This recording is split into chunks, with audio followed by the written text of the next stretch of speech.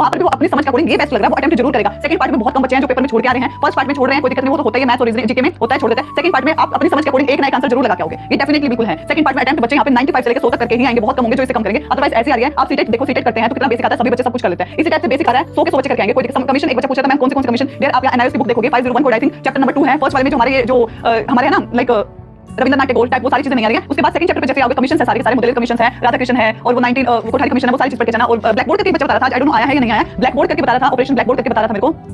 ठीक है। Operation black board से रिलेटेड क्वेश्चन बता रहा था कि आए हैं, फिर मैंने टेलीग्राम पे डाला तो कुछ बच्चे बोले थे कि नहीं आए, पर अब यही तो क्लियर नहीं होता है कि यहाँ पे सब मेमोरी बेस्ड क्वेश्चन बता रहे हैं, कोई बच्चा कुछ याद करके बता रहा है तो दूसरा बच्चा कहता है कि तो आया ही नहीं था, ठीक है। तो यहाँ पे एग्जैक्ट नहीं, हमें सिर्फ एक ओवरव्यू लेना है, ओवरव्यू लेना है एक,